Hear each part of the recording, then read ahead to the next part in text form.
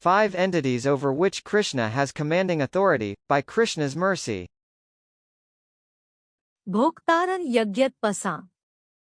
Sarvalok maheshwaram. Suridan sarva bhutana. Gyatva ma shantim richhati. Quote, the sages, knowing me as the ultimate purpose of all sacrifices and austerities, the supreme lord of all planets and demigods and the benefactor and well-wisher of all living entities, attain peace from the pangs of material miseries. Lord Krishna, Bhagavad-gita, 5.29. 1. The head of the household. They are in one of their fits of rage. This is known to occur on occasion. They told me to clean up the living room, but I kept forgetting. Now they are throwing objects everywhere.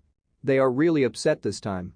I'd better do something, otherwise I will be in a lot of trouble.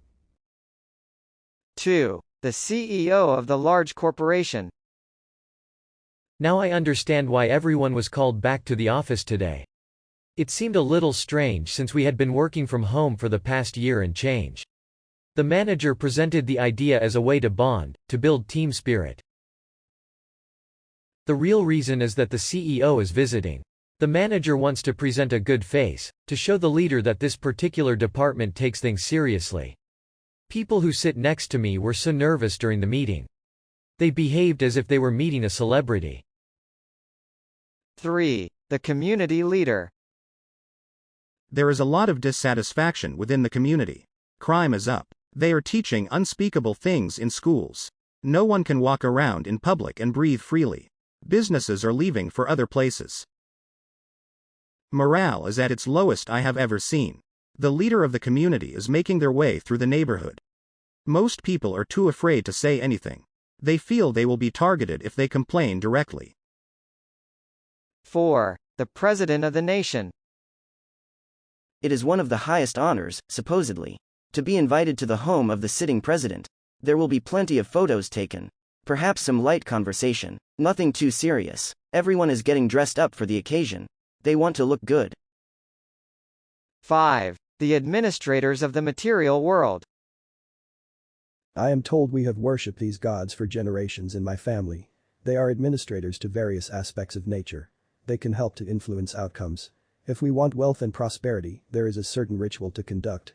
If we want to do well in scholastics, there is another person to supplicate. It is only natural to want to impress. If we have a job, we want to do well. If someone asks us to do something, we don't want to let them down. If there is a lot riding on a particular outcome, let us do everything necessary to make that outcome a reality. If we are at the top of a hill, which can only be reached by a narrow and winding road, when it is time to return, everything might be dependent on us. We have to safely maneuver the vehicle back down. A small distraction or diversion in attention can prove fatal. The Supreme Personality of Godhead has commanding authority over everyone. He is the topmost being. No one is above him. He is not compromised within an organization based on corruption. He does not favor one person over another.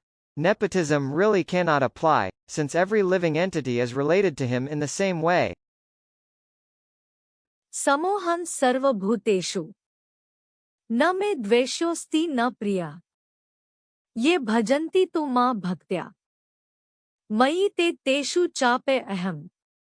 Quote, I envy no one, nor am I partial to anyone. I am equal to all.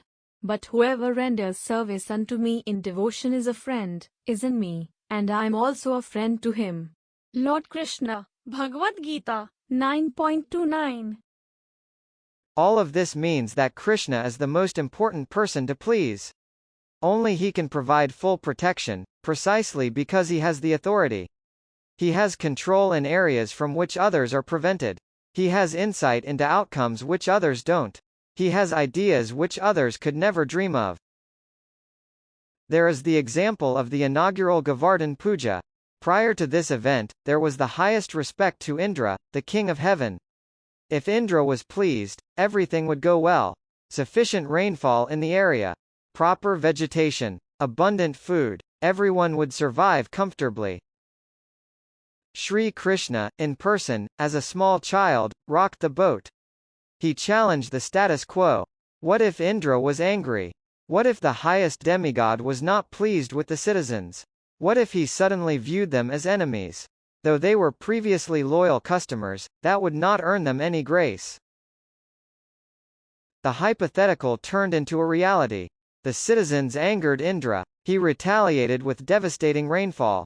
The king of heaven never dreamed that the young Krishna would use Govardhan Hill as an umbrella. That tract of land had moments prior been the object of worship, and now it would forever be associated with Krishna, as one of his accessories. In closing, always upon that image to land, of person with umbrella in hand, through that accessory known, by constant vision shown, similar with Govardhan Hill, after Indra area with rain to fill, Krishna commanding authority showing, so that even the demigods knowing,